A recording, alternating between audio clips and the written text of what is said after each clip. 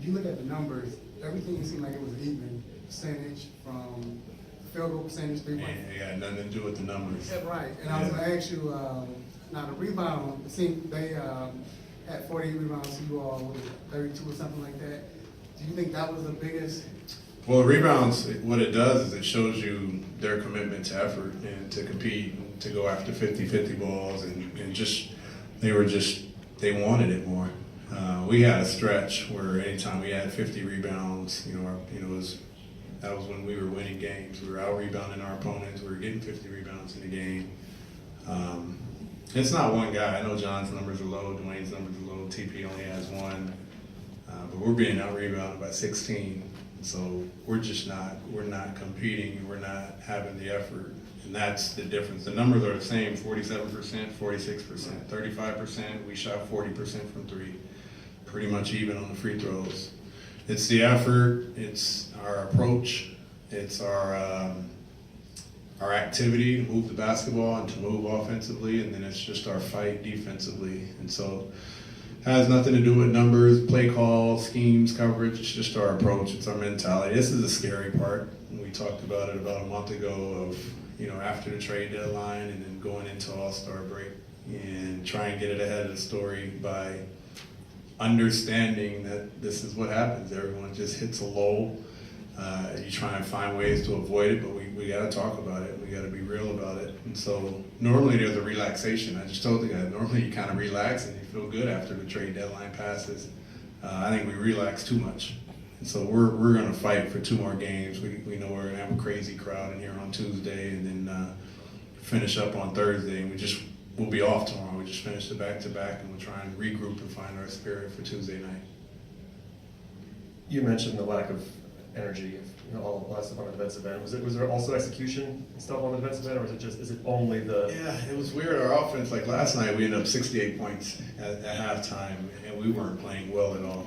We were scoring, and offense was easy for us. Our offense struggled tonight, and so what happens when you struggle is you can just be hard to guard and cut with force, or you can stand. And we started to stand tonight, and the lack of execution is just a lack of movement.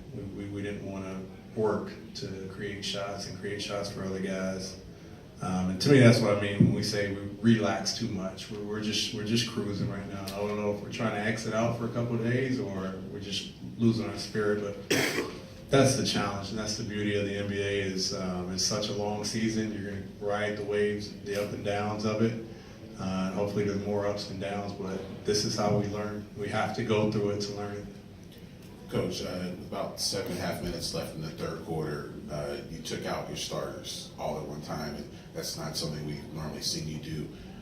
What was the thinking behind that move?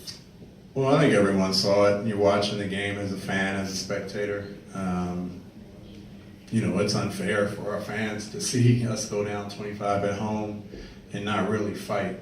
And so it wasn't one guy. That unit that was out there, we struggled in the second quarter, and then we struggled coming out of halftime. And it wasn't right for our guys that were on the bench to sit there and just let them get minutes and play. So just wanted to put a new group out there, see if they can collectively put some energy together. And even though the margin didn't really change, I just thought the energy did with that second unit. And it's an opportunity to let a Justin Anderson play and let Alex Lynn play and see Amari go out there and fight and compete. And I was pleased with those guys to come in and do that. But again, it was our starting unit, was very flat today. And just from an organizational standpoint, we want to put out a product that's competing every single night. And I don't care who it is. Coach, the learning lessons that you want your team to get from back to back? Just, it's a no excuse mentality. And the beauty of back-to-backs is that everyone has to go through it.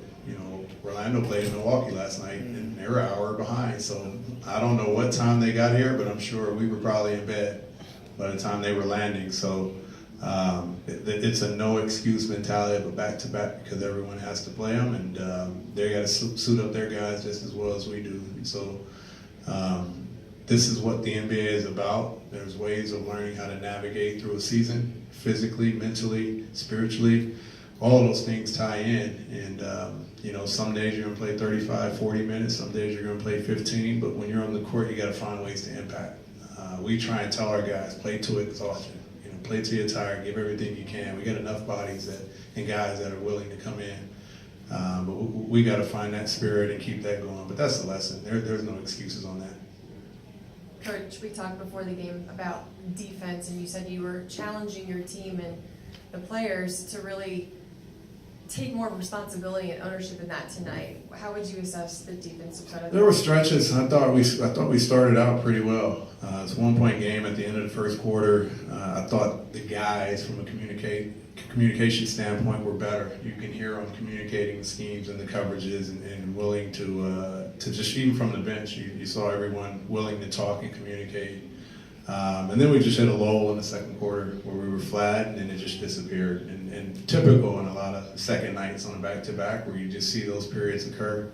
But our energy dropped, and then our voices went away, and then we were flat offensively. So, you know, they didn't have a great night, but they played hard and they played together.